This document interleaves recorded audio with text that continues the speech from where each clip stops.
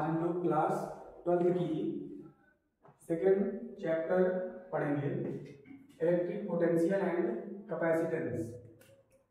इसमें सबसे पहले हम आपको बताएंगे इलेक्ट्रिक पोटेंशियल। इलेक्ट्रिक पोटेंशियल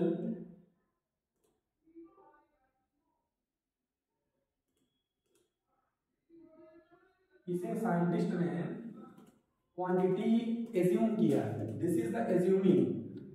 जैसे कि हम लोग जानते हैं कि हम हाई स्कूल में इलेक्ट्रिक पोटेंशियल या पोटेंशियल डिफरेंस की डिफिनीशन हमें क्लास 10th में पढ़ाई जाती है, तो वहां पर हमें सिर्फ पढ़ा दिया जाता है, उसके बारे में हमें कोई जानकारी नहीं दी जाती। तो यहाँ पर हम आपको बताएंगे कि इलेक्ट्रिक पोटेंशियल और पोटेंशियल डिफरेंस, इन दोनों में डिफरेंस क्या है। पोटेंशियल डिफरेंस, सबसे पहले मैंने आपको बताया कि इस क्वांटिटी को, पोटेंशियल डिफरेंस जो आपकी क्वांटिटी है, इसे एज्यूम किया गया है। रियलिटी में ऐसा होता नहीं है।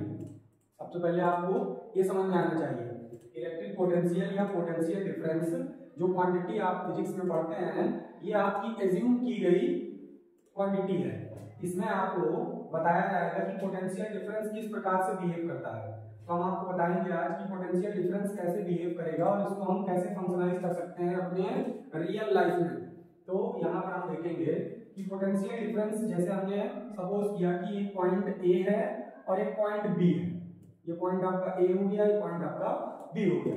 इनके बीच की डिस्टेंस आप सपोज कर सकते हैं, सपोज दैट हमने यहाँ के डिस्टेंस को सपोज कर लिया r। अब आपको इन दोनों पॉइंट्स के बीच का पोटेंशियल डिफरेंस फाइंड करना है। तो पोटेंशियल डिफरेंस फाइंड करने के लिए सबसे पहले आपके पास चार्ज होना चाहिए। तो यहाँ पर एक्सपेरिमेंट के लिए हमेशा पॉजिटिव यूनिट चार्ज लिया जाता है या पॉजिटिव टेस्ट चार्ज लिया जाता है। तो हमने यहाँ लिख दिया पॉजिटिव टेस्ट चार्ज, या इसी को और करके यूनिट चार्ज भी कहा जाता है। यूनिट चार्ज लिख दिया आपने। तो पॉजिटिव यूनिट चार्ज हमें यहाँ पे लेना है, और ये जो पॉजिटिव यूनिट चार्ज है इसकी क्वांटिटी भी होगी स्मॉल, वेरी स्मॉल क्वांटिटी। जब भी आप किसी एक्सपेरिमेंट को करेंगे तो आप हमेशा चार्ज की क्वांटिटी बहुत ही कम लेंगे। तो हमने आपको यहाँ दिखा दिया कि आप पॉजिटिव टेस्ट चार्ज लेंगे, इसे हम यूनिट चार्ज भी कहते हैं, और इसकी जो क्वांटिटी होती है वेरी स्मॉल क्वांटिटी, यानी बहुत छोटा सा चार्ज होता है। तो अब आपको पॉइंट ए और पॉइंट बी के बीच में पोटेंशियल डिफरेंस फाइंड करना है। तो पोटेंशियल डिफरेंस को फाइंड करने के लिए आपको कैपिटल बी सिंबल डिनोट करना है। वी, सपोज करिए हमें पॉइंट बी से ए तक कोई चार्ज लाना है, तो हमेशा याद रखिए जो आपका लास्ट फाइनल पोजीशन होगा, यानी जिस पॉइंट से आप ला रहे हैं, सपोज करिए हम इस चार्ज को पॉइंट बी से पॉइंट ए तक ले जा रहे हैं, तो हम इसे लिखेंगे VA माइनस VB, यानी फाइनल माइनस इनिशियल। जिस पॉइंट से आप उसको ले जा रहे हैं वो आपका इनिशियल फेज होगा। यहाँ हम लिखेंगे इनिशियल पोजीशन या इनिशियल प्लेस। तो हमने यहाँ लिख दिया इनिशियल पोजीशन। यहाँ हम लिखेंगे फाइनल पोजीशन। तो हमने यहाँ पे इसको डिस्क्राइब कर दिया, ये आपकी बी इनिशियल पोजीशन है एंड ए आपकी फाइनल पोजीशन है। तो हमने यहाँ नीचे लिखा है VA minus VB is equal W external agent, किसी बाह्य कारक के द्वारा। एक्सटर्नल एजेंट का मतलब क्या है, किसी बाह्य कारक के द्वारा कोई कार्य किया जाएगा। कहां पर यूनिट चार्ज पर अपॉन Q0, और इसको कहां ले जाना है हमें, B to A। तो हमारी डिफिनीशन क्या हुई, work done by external agent, work done by external agent from B to A पर unit charge is called potential difference. तो हम इसी डिफिनीशन को यहाँ लिखेंगे, यहाँ पे डबल इन्वर्टेड कॉमा लगा देंगे। क्या लिखेंगे हम, work done by external agent from point B to A पर यूनिट चार्ज, या फिर हम ब्रैकेट में लिख सकते हैं पॉजिटिव यूनिट चार्ज या positive test charge, work done by external agent from point B to A पर यूनिट चार्ज, या फिर हम इसके रिप्लेसमेंट में ले सकते हैं positive test charge is called potential difference, is called potential difference. ये आपकी डिफिनीशन हो गई।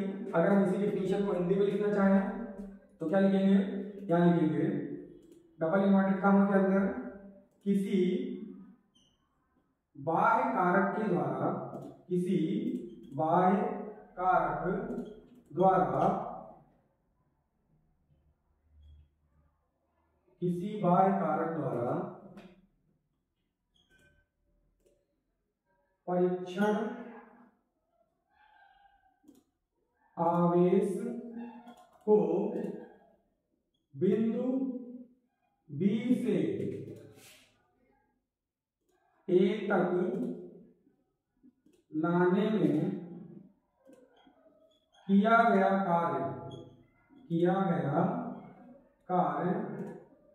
वैद्युत विभवांतर कहलाता है, वैद्युत विभवांतर कहलाता है। यह आपकी डिफिनीशन हो जाएगी। हिंदी में आपको ध्यान से देखना है। यहाँ पर हमें ध्यान रखने वाली बात क्या है, जब भी हम न्यूमेरिकल लगाएंगे तो न्यूमेरिकल लगाते समय हमें ये चीज नोटिस करनी है कि ये जो पॉजिटिव चार्ज या यूनिट चार्ज है, हम पॉइंट B से A तक ले जा रहे हैं। इसमें हम ऐसा नहीं करेंगे कि अचानक से कोई पॉइंट B पर कोई चार्ज रखा, उसको उठाकर अचानक से हमने यहाँ पॉइंट A पर रख दिया, ऐसा नहीं होगा। होगा क्या कि जब भी आप इस पे एक्सटर्नल वर्क डन करेंगे तो एक्सटर्नल वर्क डन जो भी हमारे द्वारा किया जाएगा उसकी काइनेटिक एनर्जी में चेंजमेंट नहीं होना चाहिए। तो हम यहाँ लिखेंगे without changing it's kinetic energy, without changing it's kinetic energy, it's kinetic energy. मतलब ये है कि पॉइंट B से पॉइंट B तक अगर कोई धन परीक्षण आवेश या पॉजिटिव टेस्ट चार्ज को हम ट्रैवल करा करके पॉइंट A तक ले जाते हैं तो उसके बीच में इनफाइनाइट अनंत टर्म बनने चाहिए, यानी कि यहां से यहां तक ले जाने में उसकी काइनेटिक एनर्जी में कोई चेंजमेंट नहीं होना चाहिए, तभी पोटेंशियल डिफरेंस फाइंड किया जा सकता है, अन्यथा फाइंड नहीं किया जा सकता। इसलिए मैंने आपको पहले ही बता दिया कि ये कोई क्वांटिटी नहीं है, साइंटिस्ट के द्वारा एज्यूम की गई है, उनकी मात्र एक कल्पना है जिसके बेस पे हमारी फिजिक्स वर्क कर रही है। तो हमने आपको पोटेंशियल डिफरेंस की यूनिट बता दी, सॉरी यूनिट नहीं डिफिनीशन बताई हमने आपको, हिंदी में भी बताई, इंग्लिश में भी बताई। इसके बाद हमने बताया कि कैसे वर्क करेगा। इसके बाद हमने आपको बताया कि इसको Q नॉट को हम पॉजिटिव चार्ज और यूनिट चार्ज दोनों कहते हैं। अब यहाँ से हम इसकी यूनिट फाइंड कर सकते हैं। तो यहाँ पे देखिए लिखा हुआ है work done V2A upon Q not, तो वर्क की यूनिट होती है जूल, तो हमने यहाँ लिख दिया जूल, अपॉन टेस्ट चार्ज की यूनिट होती है कूलाम, तो हमने यहाँ लिख दिया कूलाम। तो यूनिट बन गई आपकी joule upon coulomb. I think मुझे लगता है कि आप लोगों को समझ में आ गया होगा कि joule upon coulomb potential difference की यूनिट होती है। इसके बाद में और करके इसकी दूसरी यूनिट हम लिख सकते हैं वोल्ट। ये क्यों लिखा, क्योंकि पोटेंशियल डिफरेंस को बताने वाले जो साइंटिस्ट थे उनका नाम था वोल्ट, इसलिए उनके नाम के बेस पर हमने इसकी यूनिट को वोल्ट याद किया है, या हमसे पहले के जितने भी लोग हैं उसकी यूनिट को वोल्ट के नाम से रिप्रेजेंट करते हैं। तो दो यूनिट हो गई हमारी एमकेएस की, जूल अपॉन कूलाम और वोल्ट। अब यहां से हम इसकी क्या निकाल सकते हैं, डायमेंशन निकाल सकते हैं। इसके द्वारा हम पॉइंट चार्ज पर पोटेंशियल फाइंड कर सकते हैं due two point charge. Potential का फॉर्मूला क्या बनेगा, ये तो हमारी डिफिनीशन हो गई। तो आप लोग इसको पॉज करके नोट कर सकते हैं और अपने नोट्स को बना सकते हैं और अपने बोर्ड एग्जाम के लिए प्रिपरेशन कर सकते हैं।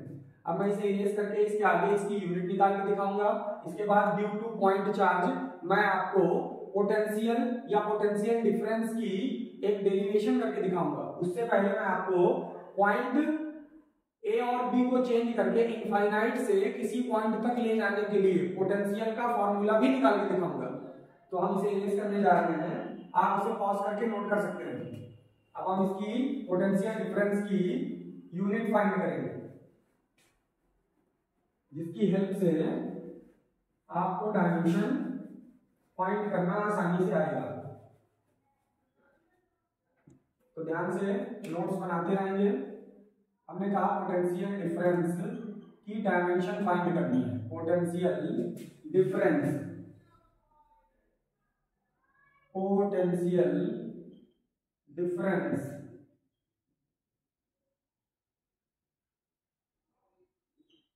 हिंदी में वैद्युत विभवांतर कहते हैं, वैद्युत विभवांतर।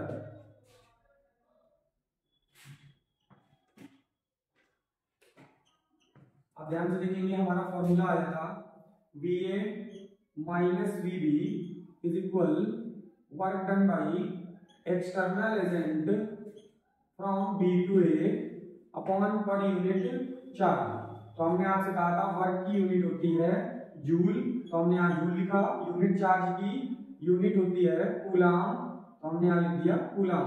तो हमारे पोटेंशियल डिफरेंस को हम डेल्टा V से रिप्रेजेंट कर सकते हैं, क्योंकि delta V is equal VA minus VB हम इसको लिख सकते हैं, क्योंकि दोनों के बीच का डिफरेंस फाइंड हो रहा है। तो हमने यहाँ लिख दिया delta V is equal joule upon coulomb. और दूसरी यूनिट मैंने अभी आपको और करके बताई थी वोल्ट। क्या बताई थी हमने आपको? वोल्ट। अब हमें ध्यान रखना है, क्या ध्यान रखना है वो मैं आपको साइड में लिख के दिखा देता हूँ। वर्क इज इक्वल आपका फॉर्मूला होता है फोर्स इनटू डिस्प्लेसमेंट। जब भी आप यूनिट फाइंड करें उससे पहले के फॉर्मूलों को नोट करते जाइए, जिससे आपकी यूनिट कभी भी रॉन्ग नहीं होगी, गलत नहीं हो सकती। वर्क इज इक्वल, तो हम इसको भी पूरा लिख देते हैं, वर्क इज इक्वल यानी कि कार्य बराबर बल गुणे विस्थापन। तो हमने यहाँ लिख दिया work is equal force into displacement. अब फोर्स की जो यूनिट होती है आप सबको याद होनी चाहिए, हमने पहले चैप्टर में बताई है न्यूटन। तो हमने यहाँ फोर्स की जगह पे न्यूटन लिख दिया इनटू डिस्प्लेसमेंट। डिस्प्लेसमेंट की यूनिट होती है मीटर, तो हमने यहाँ उसका पहला लीटर ले लिया m। और वर्क की यूनिट होती है जूल, तो जूल को हम सिमिलर ले सकते हैं या बराबर ले सकते हैं न्यूटन इनटू मीटर के। तो हम यहाँ पे रिप्लेसमेंट करेंगे, जूल की रिप्लेसमेंट करने पर हमें मिलेगा न्यूटन इनटू मीटर अपॉन नीचे लिखा हुआ है कूलाम। तो हमारा दूसरा फॉर्मूला हो जाएगा चार्ज इक्वल इलेक्ट्रिक करंट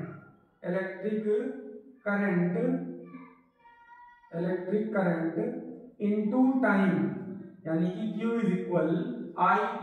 ऊपर हम लिख सकते हैं W is equal F into perpendicular distance. याद रखिए फोर्स कार पर अगर लग रहा है तो परपेंडिकुलर डिस्टेंस सबसे पहले ली जाती है। तो Q इज इक्वल IT। अब Q की यूनिट होती है कूलाम, तो हमने यहाँ लिखा कूलाम। इलेक्ट्रिक करंट की यूनिट होती है एम्पियर, हमने यहाँ लिखा एम्पियर इनटू टाइम की यूनिट होती है सेकंड, तो हमने यहाँ लिखा सेकंड। तो हमें कूलाम को रिप्लेस करने के बाद मिला यहाँ पर एम्पियर इनटू सेकंड। इसके बाद हम न्यूटन को रिप्लेस करेंगे, तो हम अगेन लिखेंगे force is equal mass into acceleration, या फिर आप लिख सकते हैं force is equal mass into gravitational acceleration. ये दोनों फॉर्मूले सेम है बट अलग अलग सिचुएशन में यूज किए जाते हैं। अगर आपका कोई ऑब्जेक्ट है तो वहां पर आपको ऑब्जेक्ट का एक्सेलरेशन लेना होता है, इसलिए हम ए से रिप्रेजेंट करते हैं। और अगर आप ग्रेविटी के लिए यूज कर रहे हैं, जैसे आपको वेट लिफ्ट करना है या आप किसी ऑब्जेक्ट को ऊपर से नीचे की ओर थ्रो कर रहे हैं या नीचे से ऊपर की ओर थ्रो कर रहे हैं, तो वहां पर आपको ग्रेविटी फील होती है। लेकिन जब आप ऑब्जेक्ट को ऊपर की ओर थ्रो करेंगे तो एक्सेलरेशन लगेगा, जब आप वही ऑब्जेक्ट नीचे की ओर आएगा तो वहां पर ग्रेविटेशनल एक्सेलरेशन लगेगा। तो हमारे यहाँ पर हमने आपको दिखाया फॉर्मूला, फिर हमने यहाँ पे लिखा फोर्स की जगह पे न्यूटन, मास की यूनिट केजी, एक्सेलरेशन की unit meter upon second square. तो हम यहाँ न्यूटन को रिप्लेस करेंगे केजी मीटर और अपॉन में लिखेंगे सेकंड स्क्वायर इनटू ऊपर एक मीटर पहले से था इनटू नीचे एम्पियर इनटू सेकंड। ये हमारी एक यूनिट बन गई इसकी पोटेंशियल डिफरेंस की। अब यहाँ से आप क्या कर सकते हैं, इसकी डायमेंशन को फाइंड कर सकते हैं। Delta V is equal KG को हम लिखेंगे कैपिटल M से, मीटर इनटू मीटर को हम लिख सकते हैं कैपिटल L स्क्वायर, ब्रैकेट के अंदर क्लोज कर दिया, सेकंड स्क्वायर एंड सेकंड को हम इसको लिख सकते हैं T क्यूब। एम्पियर को हम रिप्रेजेंट करेंगे कैपिटल A से, तो हमने इसे लिख दिया कैपिटल A।